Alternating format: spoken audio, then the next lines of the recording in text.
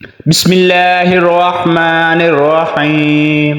شروع اللہ کے نام سے جو بڑا مہربان نہایت رحم والا ہے۔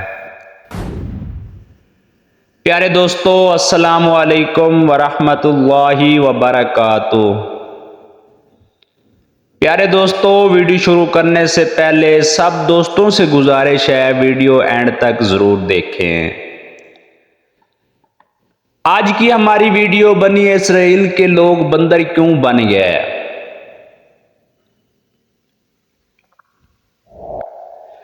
بنی اسرائیل کی وہ قوم جو بندر بن گئی۔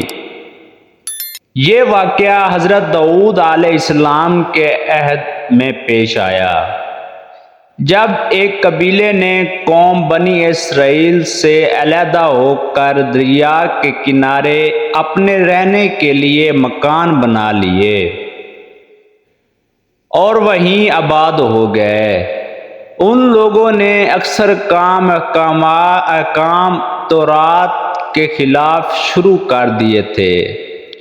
ان میں یہ ایک بھی تھا کہ وہ ہفتے کے دن مچھلی کا شکار نہ کیا کریں اور نہ ہی دنیا کی کوئی خرید و فروخت کریں۔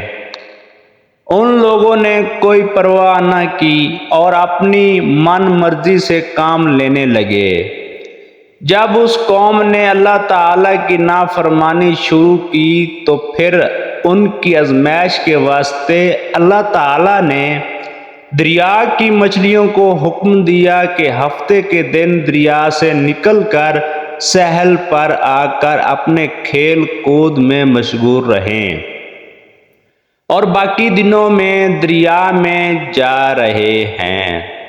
بس اللہ تعالیٰ کے حکم سے مچھلیاں ہفتے کے دن دریا سے نکل کر کنارے پر آ کر پھرتی رہتی اور ہفتے کے علاوہ دوسرے دنوں میں دریا کے اندر چلی جاتی۔ آخر یہودیوں نے ان کو دیکھ کر لالچ سے ایک چال چلی کہ انہوں نے دریا کے کنارے پر نہر کھود کر وہاں اپنے جال ڈال دیے، کیونکہ ہفتے کے دن مچھلی دریا سے آ کر کھیل کود کے بعد دوبارہ دریا میں واپس چلی جاتی تھی۔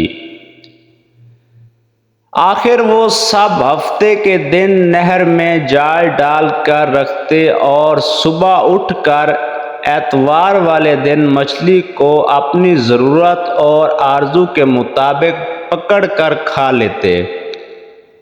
اپنی بڑی دانش مندی سے کام لے کر اللہ کو چمکا دینا چاہ رہے تھے، لیکن اللہ تو ان کی تدبیروں سے خوب آگاہ تھا کہ وہ جیسا کر رہے تھے وہ اپنے لیے عذاب الہی کو دعوت دے رہے تھے۔ ان لوگوں میں 3 فرقے بن گئے۔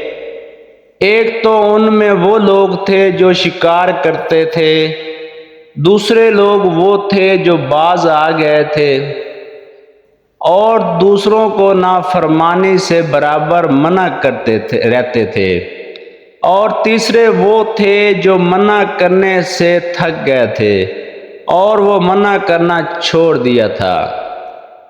تو اللہ کے عذاب کا دن آ پہنچا۔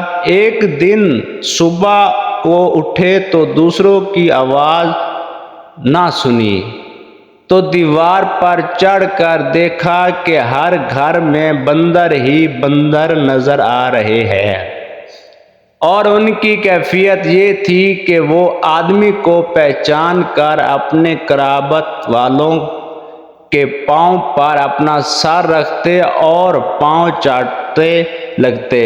بالآخر وہ اپنے برے حال سے 3 دن میں سب کے سب مر گئے۔ تو مسلمانوں، نافرمانی سبب اللہ تعالیٰ کے حکم سے بنی اسرائیل کے چہروں کو مسخ کیا گیا، یعنی ان کی شکلیں بندروں جیسی ہو گئیں، اور ہم لوگ چنانچہ خاتم النبیین کی امت میں سے ہیں۔ اس لیے زمانے میں گناہوں کے باوجود حضور صلی اللہ علیہ وسلم کی وجہ سے ہمارے چہرے مسخ نہیں کیے جا رہے، لیکن یاد رہے کہ قیامت کے دن اس نافرمانی کی سزا ذلت مسخ سے کم نہ ہوگی۔ اللہ اکبر۔ دوستو یہ تھی ہماری آج کی ویڈیو، اگر اچھی لگی ہو تو لائک، سبسکرائب اور بیل آئیکن کو ضرور پریس کریں۔ جزاک اللہ۔